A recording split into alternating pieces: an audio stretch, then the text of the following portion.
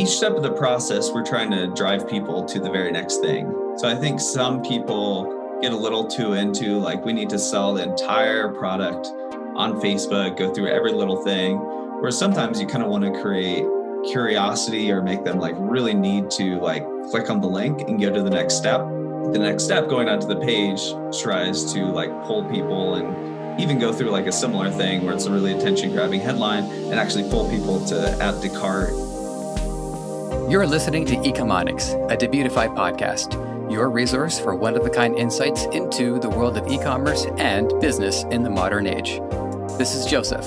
I'll be presenting a wealth of industry knowledge from interviews with successful business people and our own state-of-the-art research. Your time is valuable, so let's go. Jacob Landis-Eigsti. You know what? One more time. I'm gonna give it a go. I should have practiced it. That was perfect. Was it? I thought I didn't hit the T, but would take those. So it's good to have you here in Ecomonics. How you doing today? How you feeling? I am feeling fantastic. I'm so glad to be here. Great. I will say, again, not pointing fingers at anybody or anything like that, but Jacob here has been very communicative in the process of getting up to this point, which reflects well on his character. But we'll definitely see a lot more of that in the span of the next hour. So first question, starting us up here, is to tell us who you are and what do you do? So yeah, my name is Jacob Landis-Eigsti. I have had my own business for a little over 5 years now. I actually started in Los Angeles, like doing video production.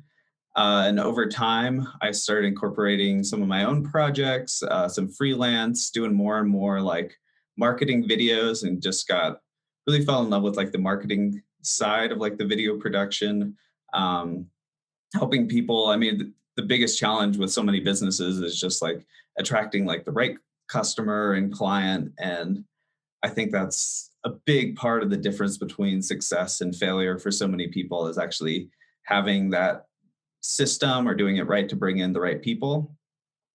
So a couple years ago, 5 years ago, I went full time with it, mainly focused on video production. But kind of what I found over time was you kind of do this video, you give them some strategies to release it, and then you hand it off. But sometimes people don't really know what to do with it or don't follow the process or things like that. So that's when I started incorporating Facebook, where we do videos, photos, start launching it for Facebook ads. And that started working really, really well, where I really liked being a part of that process from like start to finish, where you're, instead of saying, here's a video, I hope it works well, or here's some strategies, to be like, here's how many sales, here's how much profit, going through that whole process with people. So that became a bigger and bigger part of the business. For some clients, they had assets and it was just Facebook ads. So about a year ago, it was probably 60% of my business. And then the pandemic happened and it quickly became 100%. And I've just been all in, running it for a bunch of different customers and clients. Mm-hmm. One of the things that I wanted to ask you about, and you've more or less given us a sense of it in what you said, is just my producer, she looks up what your LinkedIn profile is, and there's a consistent through line. It's a videography, editing, basically those, and then in the last 5 years was your marketing. And I was wondering about that, if it was like a drastic shift or a major pivot, or if it was more like there was this transitioning period where one thing was dialing back and then another thing was working its way into it. And that sounds like what occurred. What I found interesting as well in what you said is that you were drawn to the marketing side in the creative process and making the video content. And that's something that I want to expand on, because if we, without giving it prior thought, marketing is such, if not the most crucial influence as to what actually the video content ends up being. So what I would like to hear about is, in particular, how you, I guess, had your own creative view on it, how you thought a video was going to turn out versus, say, what influenced or like goals the video had to create, and then finding a balance between making the video product and making it satisfactory to everybody involved. Yeah, I think, well, for any marketing you're doing, it's like wherever you're releasing it is just a message, a different way to get a message in front of someone. So whether you're doing like just posting organically, doing Facebook, or sending it over email, sending cold messages, those are all just channels to kind of reach the right customer, attract the right customer. So really with any project, so much of it is just trying to really understand like their core desires, really speak to them, even think about like people who aren't an ideal fit, we want to them to not respond to it at all. Like really call that out, hone in on everyone who isn't the ideal customer and client, just like ignoring it or even not liking it. And, there's some variability in terms of with Facebook, it's like the first 3 seconds are like crucially important. It has to be like snappier, quicker. I'm finding like under a minute on the video side works well, or just on the photos, things like unique or eye catching. Like I always go through when we create something, I'll like scroll through and see if it catches my eye. And anytime I'm on Facebook or going through, I'll just constantly be scrolling through. And I've just got a big folder where everything that really like made me stop and pay attention, I'll save to reference in the future. Yeah, I've been doing some of that a little bit myself too, like scrolling through Instagram, whether it's going through the photos or at this point, I will admit it's mainly been the stories. Is stopping and screenshotting on what ads speak to me, and I will say too that it does come down to whether or not the product is something that seems like a good idea for me, whether it's something that I want or something that I need, and okay, so I'll tell you. I'm gonna tell you a story from a cartoon, just so you understand like what's going through my mind. So, have you ever heard of this cartoon called Undergrads? I've heard the name, but I'm not super familiar with it. Yeah, it was part of this block of cartoon series. I think they all lasted like one season. They were all, I think it was Cartoon Network, but it was more like not quite adult, but obviously more mature than Mickey Mouse. Not that Mickey Mouse was on Cartoon Network, but that's not the point, or maybe it was. And the Mission Hill, Clone High, Undergrads, and there's one called Quads. Anyways, so there's an episode in Undergrads where one of the characters gets into designing fake IDs for people, and he he kind of like he over it's not that he overdoes it, but he pours maybe too much passion into it, and he really focuses on the nuance and the detail and the typography, and he hands it off to a guy, and the guy's like, "All right, thanks," and he coughs and he walks away. It's like, why would anybody appreciate my art? And I was wondering about, I guess, your the creative process in the Facebook ads that you either like. Now, I should ask, are you making Facebook ads for any of your own stuff, or are you just working with clients to make Facebook ads? Are you doing any advertising for yourself as well? I am not. I do have some future plans. With a lot of my own stuff, I've kind of gone the YouTube route or just like organic content and trying to build that over time. Just you have to price things pretty specifically for them to work for Facebook ads. And I kind of want things to be a little more affordable. So I've kind of gone the YouTube route and just slowly building that audience, thinking over 5, 10 years, it could become something really cool. So far, so good, right? I think it's like over 2K subscribers, 3K around there. Yep. Yeah.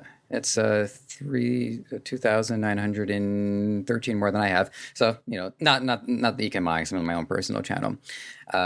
So the question was just about, I guess, your reconciling, I guess, your own creative view with the views or the design of the ads, and just making sure that you're not like putting too much creative energy into it. So how are you keeping your creative energy in line so that you're spending the right amount, not too much, not too little?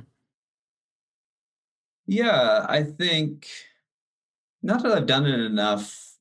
I mean, you never know what's going to work. It's always like getting feedback from the market, seeing what people respond to. Sometimes it's very surprising. Like you're like, this is absolutely going to work. This isn't going to work.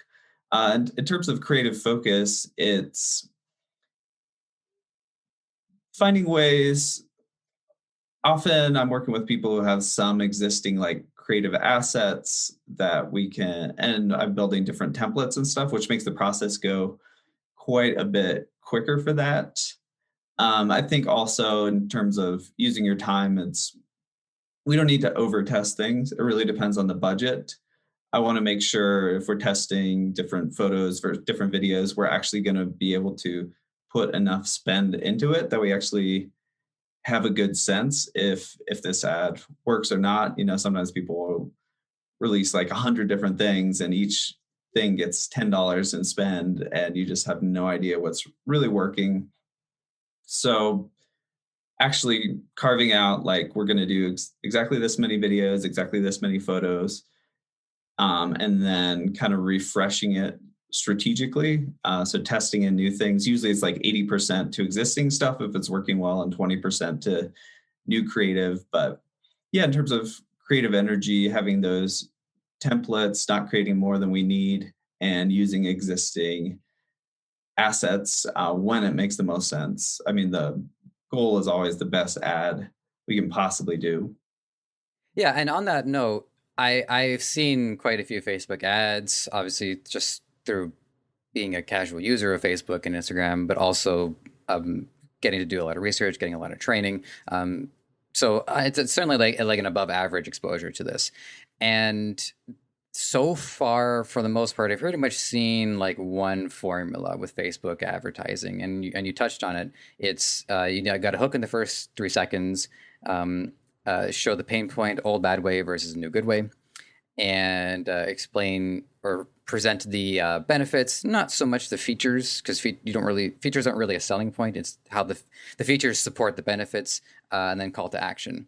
And I'd like to get your take on this formula. Has this formula pretty much been like universal? Have you seen similar formulas? Is there anything that you can describe about like your structure and your ads that make them distinct on like a macro level? Yeah, that's definitely a very tried and true like way to set them up. I have found, you know, each step of the process, we're trying to drive people to the very next thing. So I think some people get a little too into like we need to sell the entire product on Facebook, go through every little thing. Where sometimes you kind of want to create curiosity or make them like really need to like click on the link and go to the next step. And then the next step going onto the page tries to like pull people and even go through like a similar thing where it's a really attention grabbing headline and actually pull people to add to cart, and then like you streamline that process. So really focusing on, okay, I just need to get them to the next step. So sometimes like things with curiosity or not just like over explaining things or going through every single um, benefit that people get. I also find it's kind of interesting with like iOS 14 because it used to be you just skip people to the page as quick as possible, and then you do all this retargeting and following up, and that's still important and you can still target a lot of people, but we're sort of transitioning to trying to host more of that on Facebook itself. So you have like a video that really appeals to like the custom person, but it isn't like hard pushing the sell. Sometimes it doesn't even lead to another page, but basically you can take people who've watched like half of this video, 75%, and build your retargeting audiences based off of that. Because usually it takes a couple different points reaching people. You have some people who it's the first time they've ever heard of it. They go and they buy it, but a lot of times it's kind of like a multi-step thing. So we're starting to move that process a little bit to Facebook. So that kind of impacts the structures of the ads a little bit. That sounds great. But I will say I could use a little bit more understanding. So from what I'm getting is that more of the funnel is taking place on Facebook. So for instance, in example A, we would, it's funny, I'm doing like old bad way, new good way, even in this discussion. It just speaks to how fundamental these things are. Is Facebook ad gets customer to website, and then they proceed through the funnel, ideally as efficiently as possible to reduce cart abandonment or just general abandonment. Whereas what I'm hearing here is that the ad it might go to the website, but it could also say lead to the main Facebook page, where there's community there. There are additional, say, like infographics. There's content there.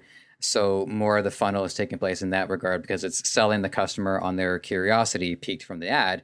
They head over to, say, like the Facebook community page, or does it even get to the point where they do the transaction on Facebook via the marketplace? Typically it's either to the Facebook page because we're like building that audience and like also retargeting people who've like commented or engaged in that way. Um, yeah, sometimes if they have Facebook Marketplace, it's set up like that. We are sometimes sending to the website, but sometimes it's like this initial thing. We want people to start to like the brand or to hit like a specific pain point or things like that. Um, it still drives some sales and things like that, but it's usually like the retargeting of that it goes more to like a pitch or more things specifically on people buying. And okay, so I didn't run this past you prior to the recording, but I'm what I'd like to do is actually describe my own product and what I'm working on right now, if I can get your Mhm. take on that. Yeah, of So, course. and I do know that like it's kind of a faux pas for, say, drop shippers to kind of reveal what they're working on, but this is like largely like for me a learning process. So it is what it is. But it's these drawers that you stick underneath a desk, and they are used to keep the desk from being cluttered, keep your pens in a place easily accessible. I quite like them. You know, as soon as I get them, I would use them. And so what I was just thinking about as you described piquing curiosity is that like this product is pretty niche. Like it's a drawer that sticks underneath the desk. The amount of like mysticism to it is minimal. So what I thought to create curiosity was use the brunt of the ads to show like the key product, the hero one out of the bunch, and then at the very end showed like an array of them.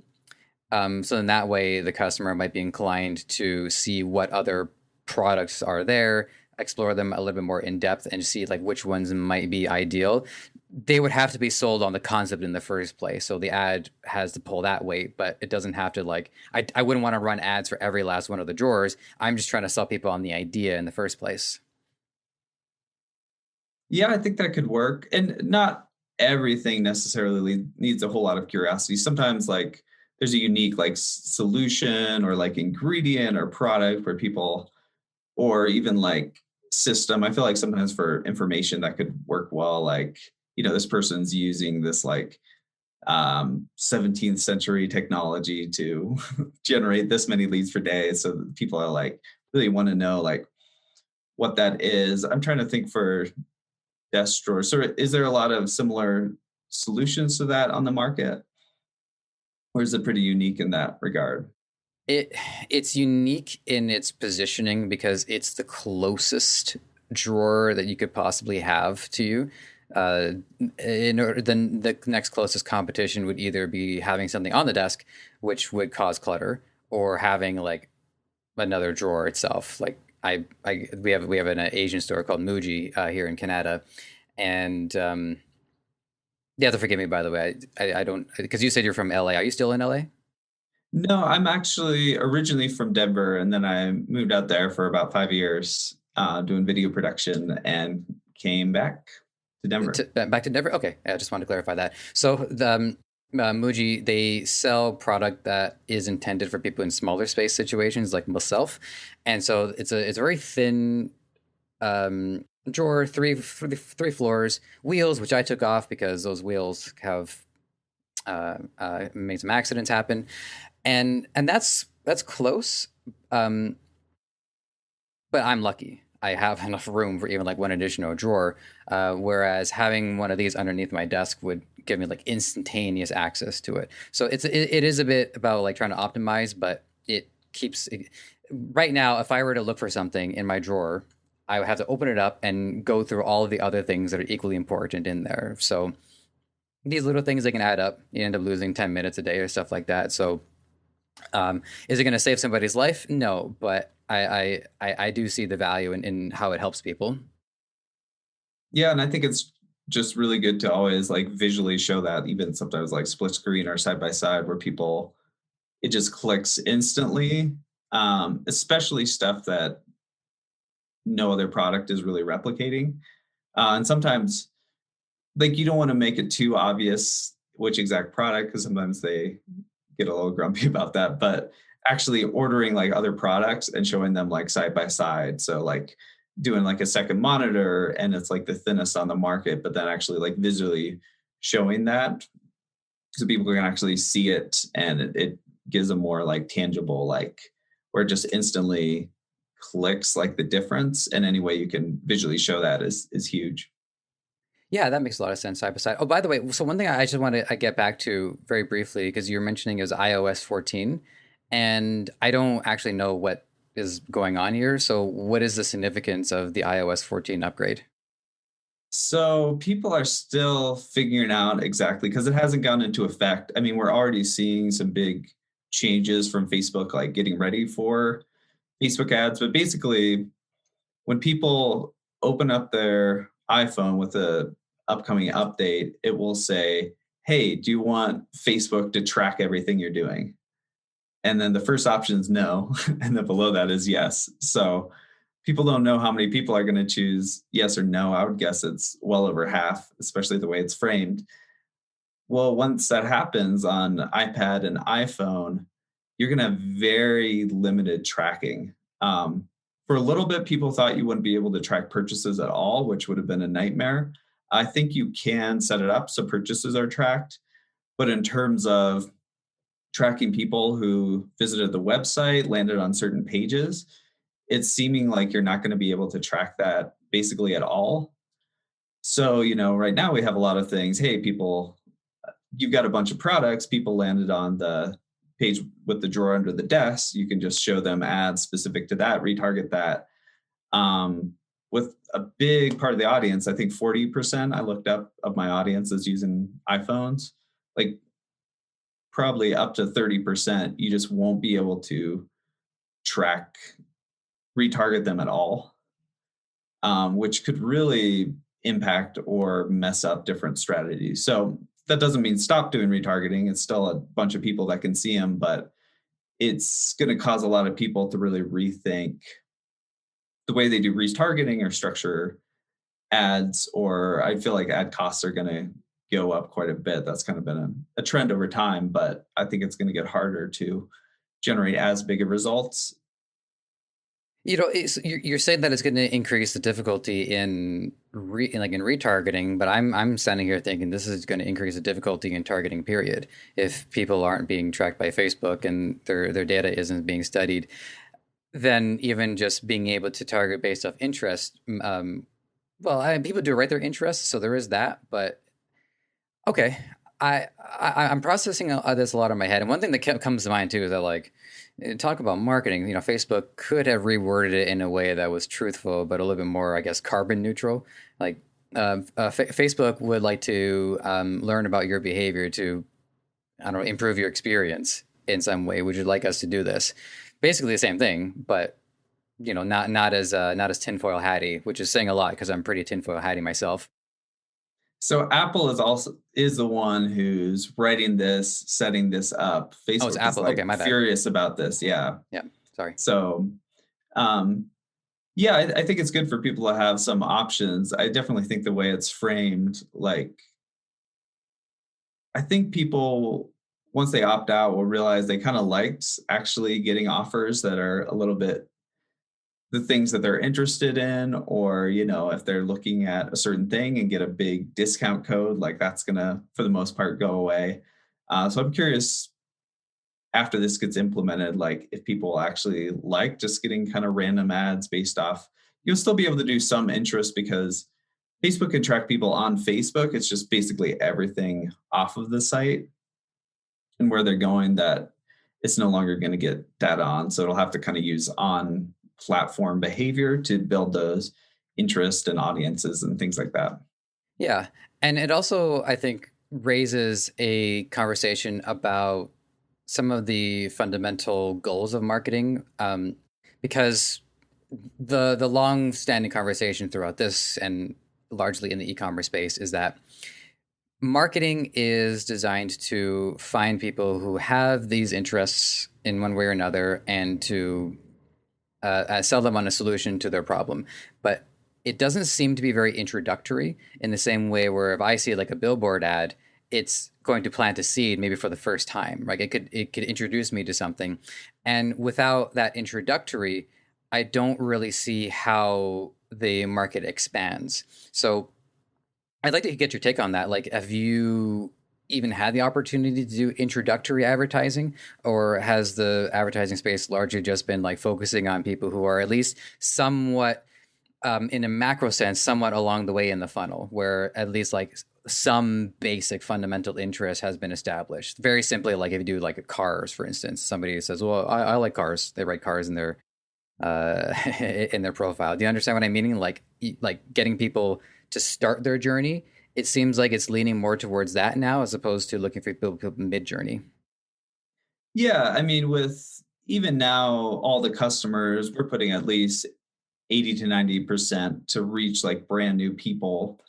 Um, just the retargeting is an important part of the equation because some of the times, we need to be at 2 times return on ad spend, where the cold audiences will be at like 1.7, but then like reaching people again or that second or third touch point, it's like 4 times return on ad spend. So the numbers work.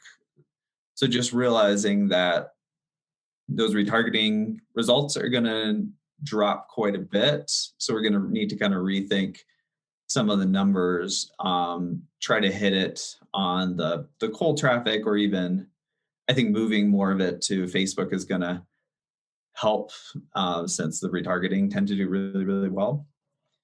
But yeah, I think always a big part is how do you reach new people? Sometimes customers or clients, they'll like show things to like past purchasers or things like that and just get like 10 times return on ad spend and just expect that over and over. But it's a very limited pool of people and you can only do that for so long. So you always need to be bringing in lots and lots of new people and really have it focused on only attracting the right people, and kind of excluding everyone else. Because then when you're spending money on that retargeting, you want to be doing it to people who have already almost like raised their hand saying that they're interested in that. In an overall like 30,000 foot view, how often would you say that retargeting was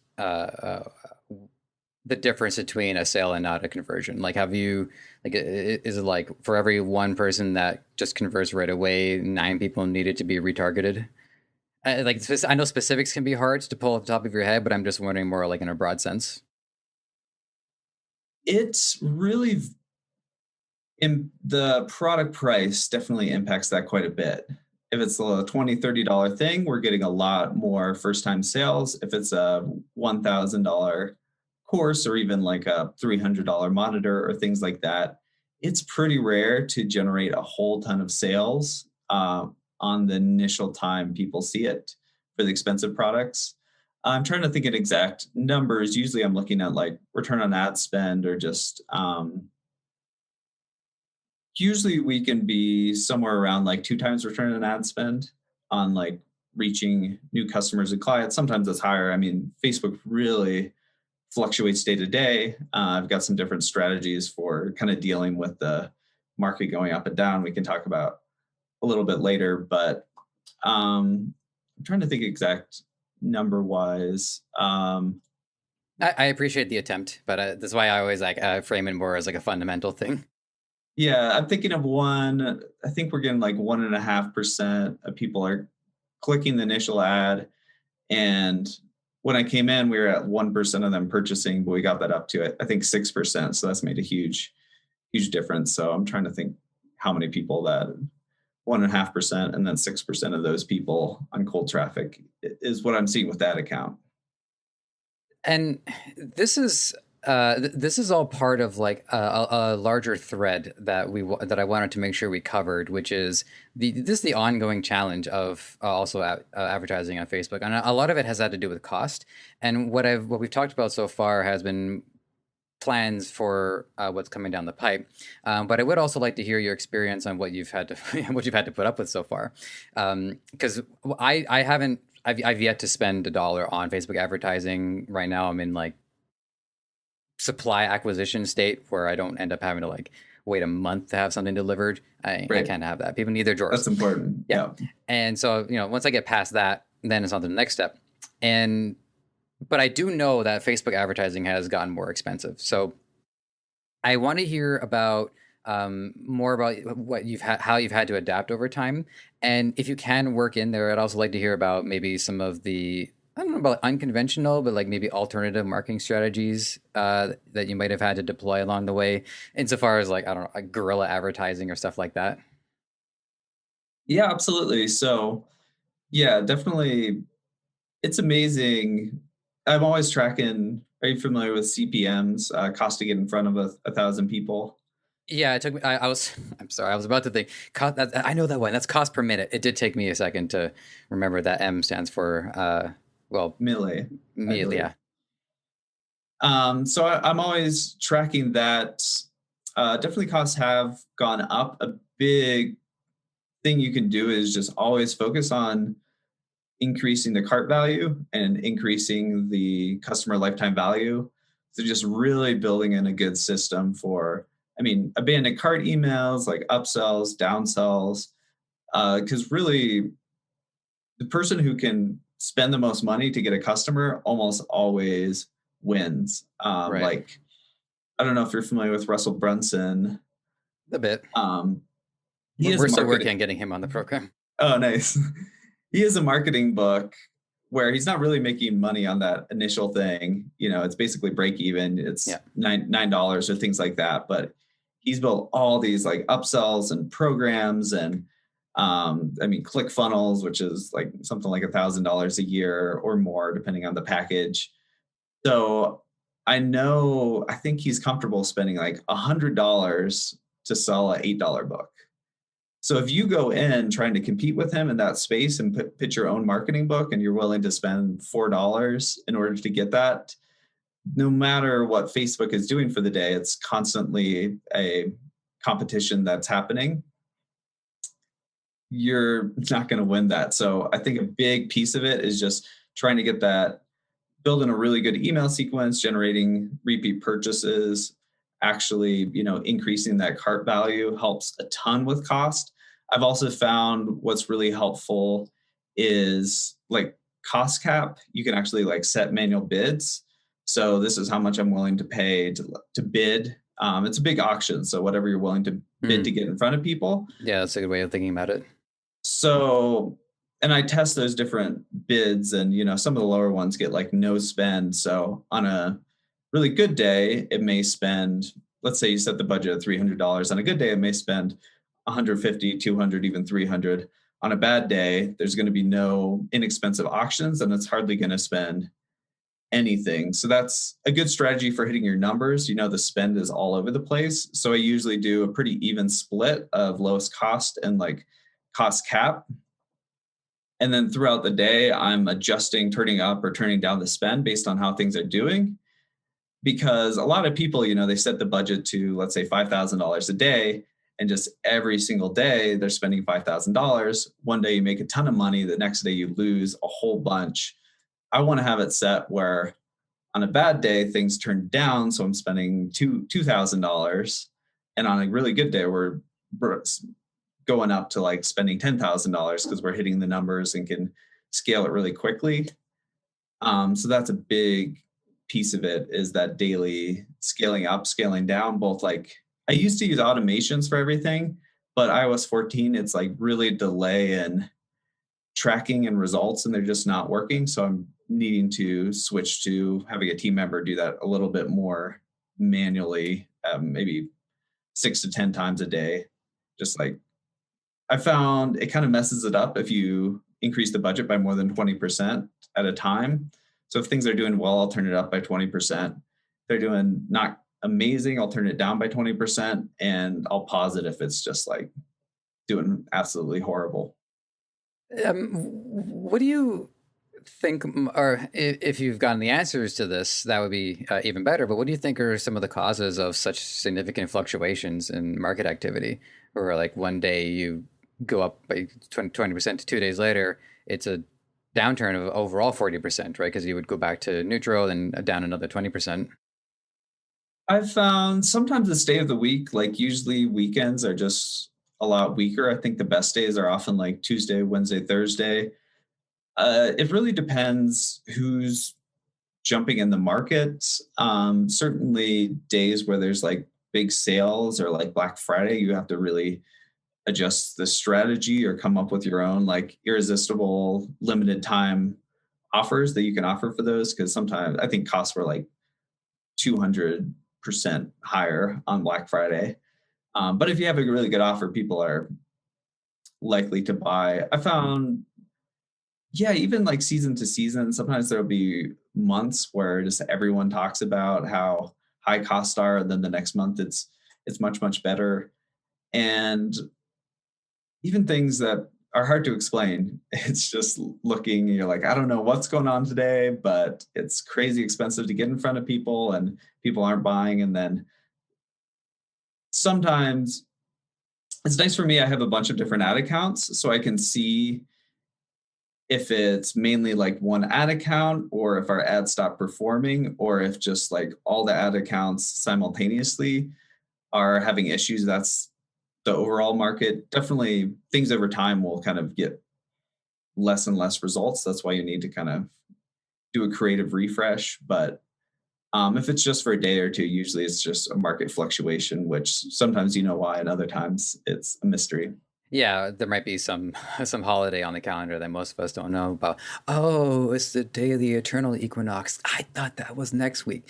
So yeah, I do think there are ways to solve those mysteries, but it can be hard because there's so many different things that can factor in. Um, Oh man, I had okay, sorry. I had a really good question I wanted to ask you, and then it just completely boofed out the face of the planet, which is why I always need to be writing things down. But I can go back to something else that I did remember to write down, which was about increasing cart value. Now, I one of the issues that I would see is if, say, I were faced with this situation, is I kind of don't want to increase the actual price of my product if I can help it. I think if the Overton window is passed and everybody understands how how much inflation has actually like had an effect on our buying power, then okay, I would increase the price a couple of dollars. Just because if I don't, I'm actually like discounting it unintentionally because that's inflation for you. But that's controlling the price of the product, and that to me seems like the last thing I would want to do. For increasing cart value, what are some of the other methods that we can do to accomplish that? So you can have, you're familiar with upsells? Yeah, yeah, upsell, downsell, cross sell. Now, you wouldn't by any chance be referring to an app in particular, or are we just talking about the concept? Um, yeah, I feel like you can use, yeah, different Shopify apps or things like that. That's one thing to test. Sometimes it's like a really good bundle of products. So rather than like a single thing, like you have, it's even more effective if it's like a unique offer that's a part of that upsell. So not just pulling something from another part of your website and it's like, oh, here's the exact same offer that you'd get if you just navigated to this site. And so it's like a special discount or unique thing.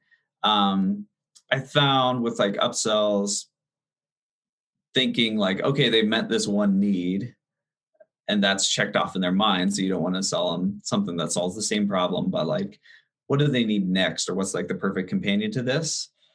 Um, and Yeah, typically bundles work fairly well.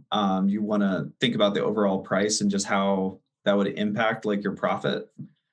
If you're getting 10% of people to take that, actually running the numbers and being like, okay, how much is my profit coming in at? And how much can I spend to get someone to buy the initial product based off of that? That's the big one. Even like abandoned cart emails. So usually I found two is kind of the sweet spot. At three are kind of starting to annoy people. But if someone adds it to their cart, you get that email, that can generate extra sales without you having to spend anything extra on Facebook ads. And just having a really good system via email to sell additional products and kind of track like if someone spends $50 on the initial purchase, it's a big difference if you can generate hardly anything over the next 2 months, or if you can generate an additional $150 in purchases, suddenly you can spend a lot more on that initial sale, and that'll help a lot as the market goes up and down. If you kind of have that cushion or really good profit built in, you can handle the ups and the downs quite a bit better. Yeah, there's a lot of great takeaways there. One of them that sticks out to me as well is understanding that the customer journey doesn't stop with me selling them my self stick in drawers. That now I want to pay attention to, well, what can be their next issue. And for me, just to help people go through their own creative process too, is for me it would be like along the same line of other adhesive based products, because if somebody's willing to stick something here, they might be like open and minded to maybe in such a way where they can stick other things elsewhere. So like for instance, and we've been video for the last like 10 episodes, I think right now. So I'm just going to take full advantage of this. Yeah, So for absolutely. people, just so you guys can see, I have like a bunch of wall hooks on, and then you guys can see over here, my headphones are hung up on the wall. So that's kind of like what I would do if I were to continue my consumer journey, is to, now that they have more of an open mind towards rethinking their space, then I would take those concepts and I would move along. Okay, well, okay, we've mastered your desk. Now, how about the wall? How about the ceiling? Like I haven't even thought about the ceiling, but the ceiling is, I'm paying for this ceiling. I got to do something with it. Yeah. And I found usually it works a little better. I mean, it's always worth testing. Sometimes it works pretty well to have the additional like bundle or things like more expensive than the product, just because, much smaller percentage are going to be doing that purchase. So if it's something that's like you're making $2 profit and you have 10% of people actually add that upsell, like that's not a whole lot of profit you're adding. Whereas if it's like a $70 bundle and your profit's like $40 on it, that adds a lot to your overall cart value, quite a bit. Have you found it doesn't rub the customers the wrong way if products in the bundle are available exclusively in the bundle versus being then also exclusively available on one's own? Now, I will say too, just to spice this, is that there's also there's things that we can do with our own pricing structure so that like I could price a bundled product in such a way where I don't expect conversions, but if I then put that into the bundle itself with the discount, that's more the profit margin I was expecting to go for in the first place. Yeah, I don't think, because most people aren't looking through all the different pages. And I think, especially if you're giving them like a unique offer or a slight discount or even like a bonus item, you could do too. If you don't want to like discount it, you could, let's say you've got three products that would cost $60 for people to buy. You can still have it at $60, but throw in like one additional thing that is a value add but doesn't cost you a whole lot, Not like an if that ebook. makes sense. Like an ebook Yeah. or just something that um, it could be digital, or I mean, there's some little physical things that the cost to you is not very high at all. And it's always just focusing on the overall profit that you'll get if someone checks out and does that purchase. Yeah, that works. Also, I remember now the other question that I wanted to ask, because you were saying about like refreshing the ads, just for your recollection. And what I wanted to ask was about like what in specific is refreshed, or perhaps what is refreshed more than the other. So there's I was about to ask, like, do you do this? So this isn't, I think both are applicable. So it's really more about like what's more important. So on the one hand, you have like refreshing the creatives, a new set of ads to continue targeting the customers that we have used the Facebook learning methods and the pixel to effectively target. And on the other side, and this to me seems a little bit less ideal, but I think this is also part of it too. You have to forgive me, I don't know this one, but it's actually refreshing the customers, looking for different interests, trying to do like a whole new testing to try to find a different part of the market, which could then encourage new creatives to market it differently, but it could potentially use the same creative. So, in that sense, what is how much of each of these two factors are being refreshed? Yeah, it's pretty even split between testing new audiences and testing the creative. Usually I start with testing a little bit more creative. I mean, even Facebook algorithm, it's actually starting to work better and better to do a little bit more broad targeting.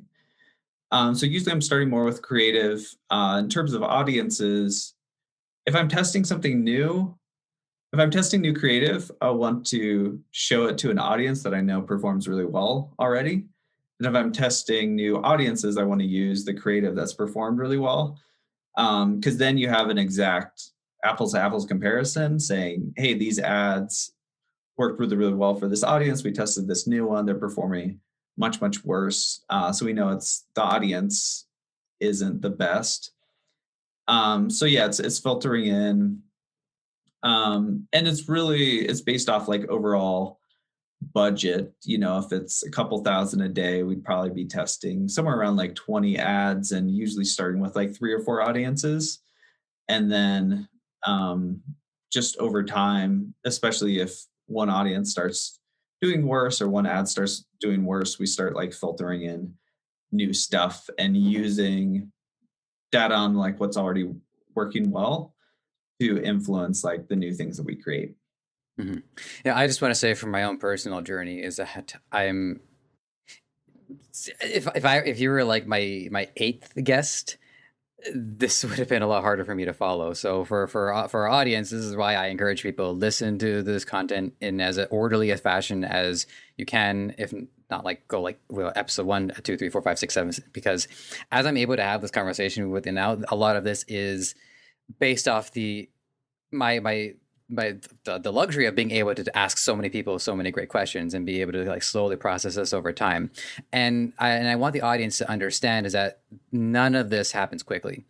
This is all like a long selling process. Because think about it, committed listeners. This is like episode like I don't know 78, 79. I haven't sold anything yet. Because I'm just so much learning going on, and there's so much acclimation involved that if you want it, you'll get it, but it does take time. So was that a personal pep talk? Maybe. Anyways, um, I want to ask you about your, I guess, how this pricing structure and these changes in the Facebook advertising, all that has affected you and your agency. And I noticed, I always tend to notice like pricing models because I think that reflects a lot about how different people approach it. And I haven't come across a pricing model that I disagreed with. It's all just like different approaches. Yours is that you're willing to put up some of your own capital to make these ads work, which I expect is a challenge because the pricing has, well, let's just say, not been on your side and continually less on your side as time goes on. So, how have you tackled this challenge? Yeah, so the structure, because initially I just charge hourly for client work, but now I want to take on some of the risk, but also get additional benefit if we're generate really good results. And I found that's just really helpful for me, like taking on the best clients because it's a model that works well for both of us. And um, in terms of the pricing challenges, yeah, I think only working with people where we can really restructure that cart and really improve the results. It's helpful. You know, a lot of people have been running Facebook ads already, and I can just go in there and like really make them like take off and increase the profit quite a bit. But I have to be a lot of it is just choosing the right customer, actually finding people that it's like, hey, the numbers work. I'm not going to lose a bunch of money if the market goes up for a day because they've got healthy profits. A lot of times, 60, 70% profit margin. We're willing to spend a decent amount to get a customer. So all those numbers are right and they have their customer loyalty and things like that. So a big part is just having that in place. I mean, I think a lot of people feel like Facebook's like a get rich quick, or you can just show it to brand new people, like a brand new brand, and just make so much money. And usually it takes quite a bit of testing, or people come to me and I'm like, it's not impossible for this to work, but the numbers are just not where they need to be at all. They're like, in order for it to work, you need to be getting purchases for $4. And it's like, I don't know anyone that's doing that consistently over time right now. If that goes up to $50, I mean, I'm seeing more and more with the competitiveness companies that have amazing customer lifetime value, can sell to people over and over and over, that are willing to like break even or lose money on the first sale. So usually with customers, we work out an amount that I get paid on the first sale. And I've just done enough and I know the market enough and the fluctuations that it's like, okay, I'm happy with this number. I feel confident over time. I am looking at averages too. It's easy to get bummed when you have a really bad day, but I always go back to the 1 week and the 2 week performance and are like, okay, good. We're still really within our numbers. You're going to have good days and bad days, but looking at the 2 week trend is really, really important. And with that, I wanted to get to one of the key questions that I wanted to make sure we got to, which is just about, it's like a do's and don'ts. I think we might be leaning a little bit more towards the don'ts, but I will say I'm not exactly recalling everything that we've addressed so far, despite my chronic note taking, which today gets a 9 out of 10 as opposed to my usual 10 out of 10. But I so what the reason why I say that is just in case we want to like use this as a chance to recap. If there's points that we want to extract from previous parts of this episode, great. But overall, just tell us about some of the common mistakes that you've seen people make with Facebook advertising. I think number one, like I was talking about, is just not having the numbers right. Another thing we mentioned is just trying to like overly sell the product. Messing up the first 3 seconds is huge. Like just doing it on like a logo or an intro, or even just like, hi, my name is so and so. And it's like people are gone. They're just scrolling past incredibly quickly. I think, yeah, spending just the same amount every single day, or not tracking things effectively, or just like testing out too much. Like you want to be almost like scientific with being like, okay, we're going to test this landing page versus this landing page. We're going to we want 20 purchases before we know this one. Okay, this one is actually better for that. I do have a good system where we're able to track basically everything. So the performance of every single headline, primary text. It's like a tagging system where it pulls in so you can see every piece of creative. So you're not just looking at a single campaign, but you're looking across the entire ad account, because then you know exactly what's working and why. So treating it scientifically and just recognizing if it's brand new, certain stuff isn't going to work. You're going to have to test a lot. Usually, stuff, unless you have a huge, amazing audience, is going to lose a little bit of money, where you're testing stuff, trying to, as quickly as you can, get to being profitable or hitting the right numbers, or at least breaking even. And then from there, it's just like constantly improving and doing things better and better till you get more and more profitable. But usually it's a process. It's much easier if you have a brand and like that bigger thing versus I think 70% of people who run ads lose money, but the 30% can make tons and tons, because I think one strategy is just put all the money back into the ads. So if you turn 20,000 to 30,000, take that 30,000, try to turn it into 40,000, and just like keep that going so it can become like a legitimate company over time is really key.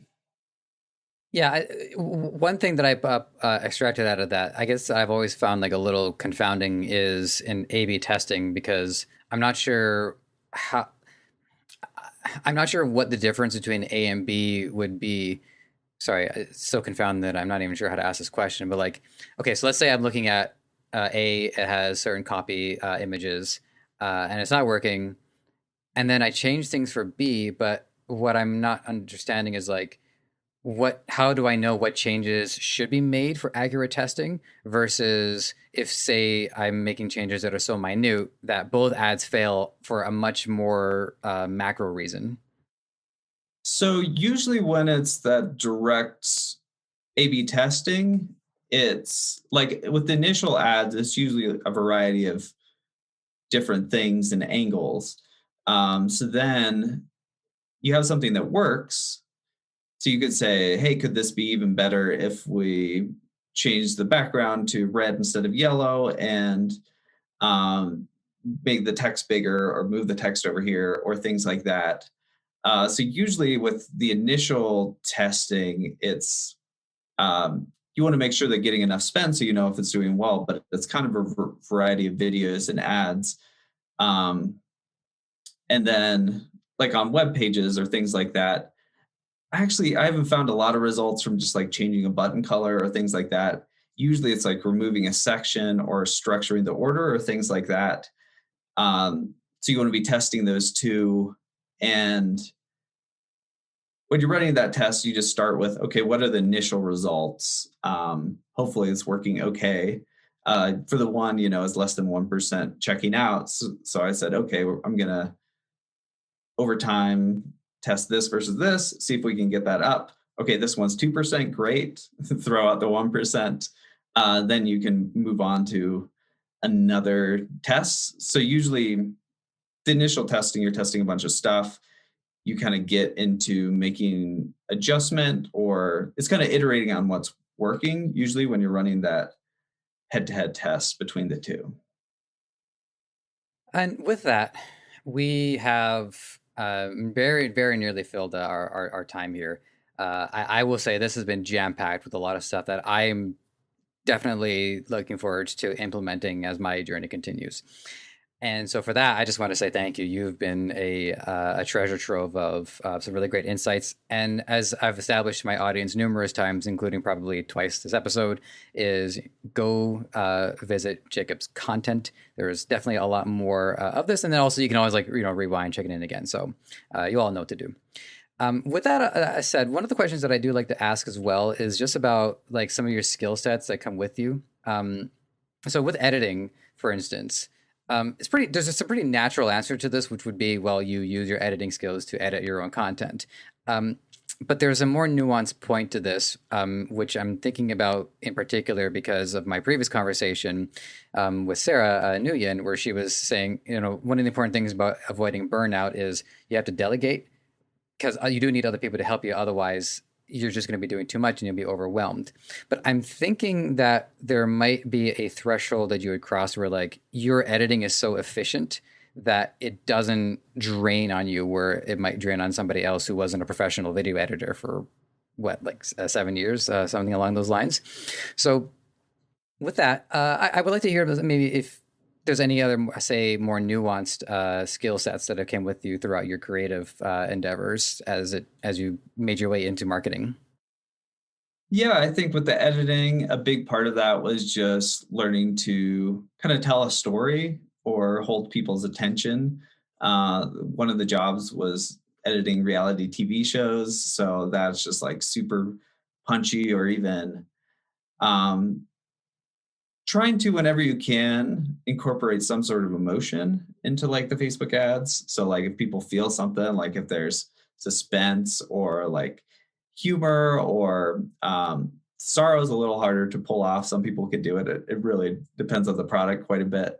So that's definitely a skill that's carried over from the editing. I'm trying to think of other things. I mean, everything with marketing, I mean, there's very specific things to Facebook, but I feel like a lot of those skills with generating attention, understanding like the market and things like that, we're starting to incorporate more with like Google Ads or some additional programs, platforms, especially now that retargeting is a little more tricky on Facebook specifically.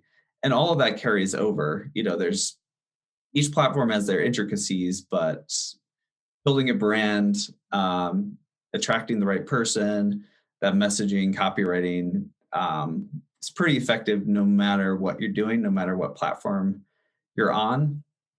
So copywriting is huge, just that like fundamental, really focusing on that no matter where you're selling, where you're running ads. It's a little risky to be solely reliant on Facebook just because they've banned people like crazy. It's all over the place. Like, always ask yourself, if Facebook went away, would my business be fine? I do want to ask just briefly about your work in reality television, because versus say like scripted content, so much it's an actual script involved. Um, the story is kind of like pre-established. Where not to spoil anything, don't want you to tell me what show you worked on in particular, but how much of like the story was just what was actually happening that the cameras were picking up? How much of it was like the characters? We can say characters. I'm not really sure what's the better word, because I'm not, whatever, like the people on the show, how much the story was more like them. And then you get like shows where like the story is kind of like it's integrated into it, say like Survivor for instance, where the story is clear, like, well, here's the challenges they have to survive, so it does inform what ends up unfolding. But like, how much of the storytelling did editing and post have in and working on reality television?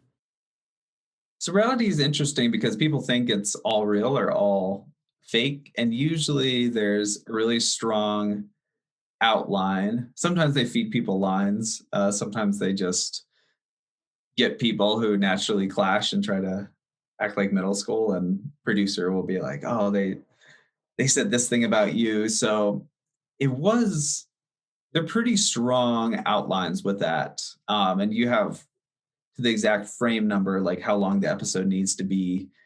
So they have all the footage. So they say, okay, this person fights with this person. We want to like play up this drama here.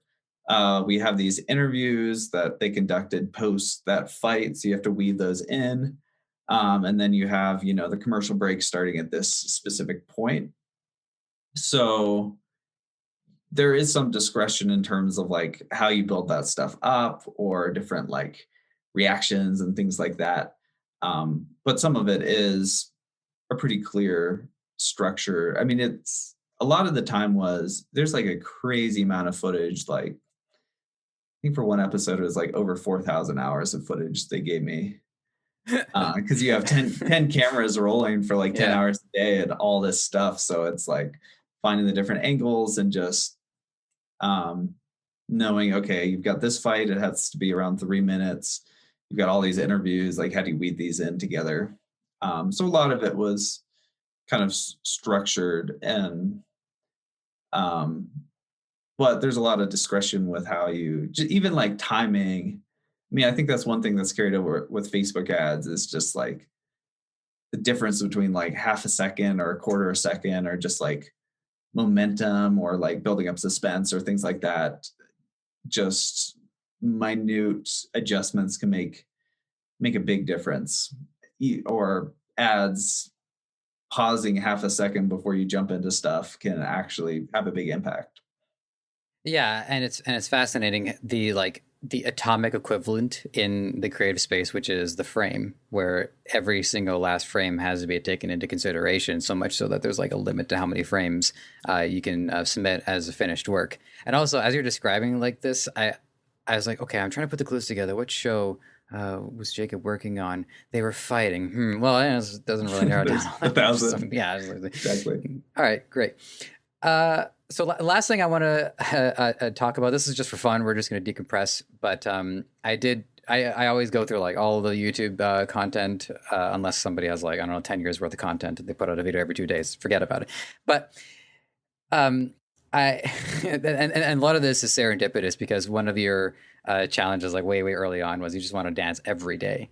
And for our audience, my girlfriend just got me into Just Dance, and it's been a really good form of exercise.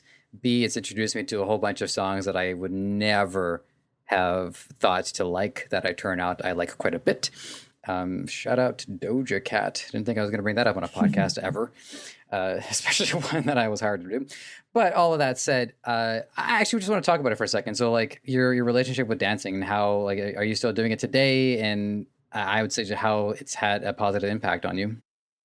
So that actually started maybe seven years ago. I wanted to work on a new skill for an hour a day for a year.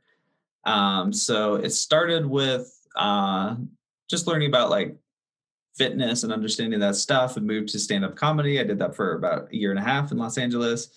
Then it moved to dancing. So just always trying to get better at something. I've also found like with dancing specifically, just energy is so important with like running a business or dealing with clients and things like that. Just doing everything possible to, like with working out or like taking a walk or decompressing or planning out your day, picking your highest priority, because there's just, it's so easy to get overwhelmed or just work 120 hours a week or things like that. Uh, so focusing on things, well, like you said, delegating, but also things that like give you energy and recharge you. So not actually missing a bunch of sleep, because then you work slower throughout the day and don't actually end up that far ahead. Or like with dancing, I am still doing it, not quite as much every single day. The skill this year is just, maybe it's cheating, but really putting it into growing the business. That's just a huge focus, or even the YouTube channel, getting that to a point where it's kind of its own business on its own, besides all the client work and customer work and Facebook ads. That's been a big focus. But yeah, I love just finding new songs, and just it gives so much energy. But it's interesting. It was frustrating for a while because I was just not naturally good at it at all. Not that I'm amazing now or anything, but it's like that was something that's cool, where every month I'd like video myself, so you could really see like the progress over time. And just anytime you're learning a new skill, especially one that doesn't come naturally, um, when it comes to Facebook ads or marketing, just like recognizing it takes a lot of like iterating and hard work and like failing with stuff. But if you stick with it long enough, it's pretty amazing. Just like a lot of people expect stuff in a month or 6 months, and usually it's 5 years or something before it really takes off or really goes somewhere. But just being ready for that, and that was helpful. Later on, I did YouTube, and it's like disheartening. It's like the first month you have like 20 views and just absolutely nothing, and just having the diligence to like stick with that. I feel like I've taken that from dancing and applied that with YouTube, of just like keep going, stick with it, even though it's not seeing a whole lot, but keep like adapting and adjusting. And now all of a sudden it's gaining some momentum, and I'm really glad but it would have been so easy to just give up on it after putting in 100 hours and 30 videos and just not seeing any progress.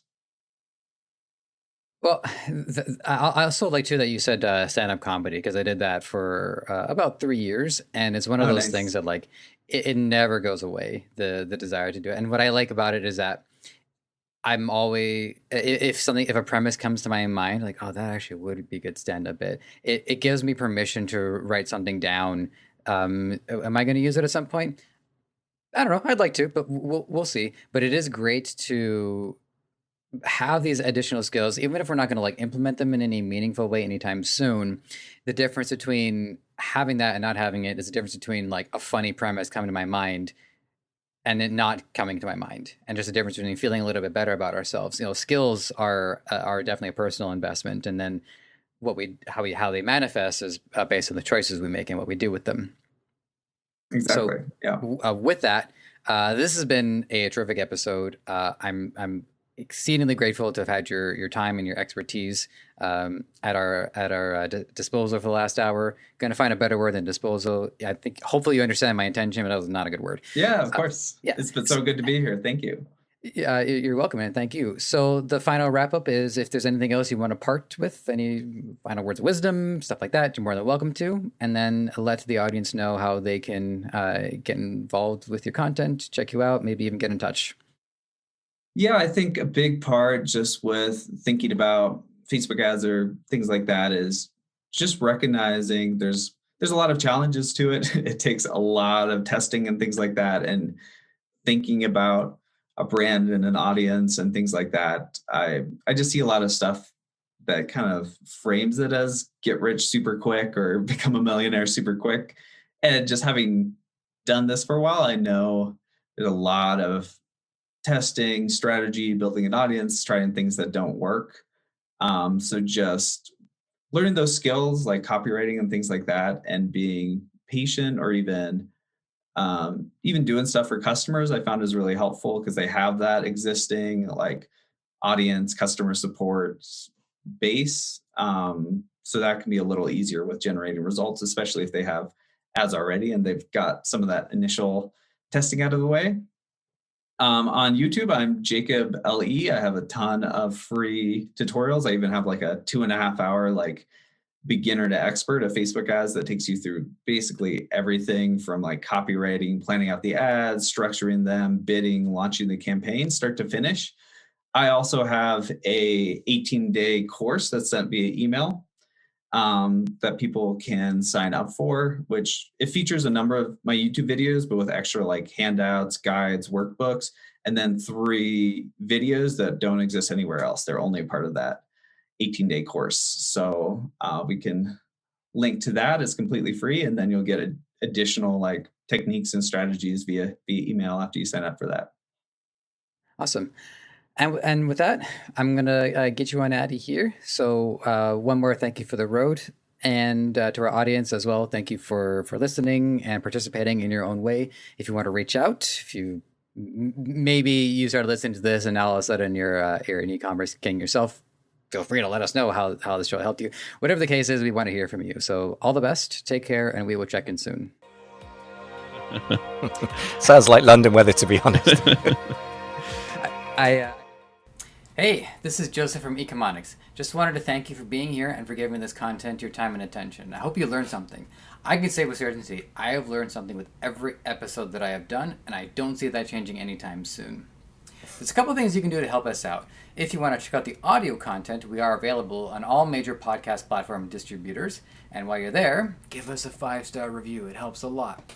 And while you're here on YouTube, there's a lot of things you can do to help out as well. It's not going to take very long. Subscribe to the channel, hit the like button for this episode, and hit the notification bell so when we have new content for you, it's going to be at your doorstep ASAP. Lastly, this podcast is created by Debutify, the best Shopify template available. It is 100% free for you to start, and it can change your life. It can make you so much more free than you are right now. So if this episode wasn't enough to convince you, I think a few more might do the trick. So have at it.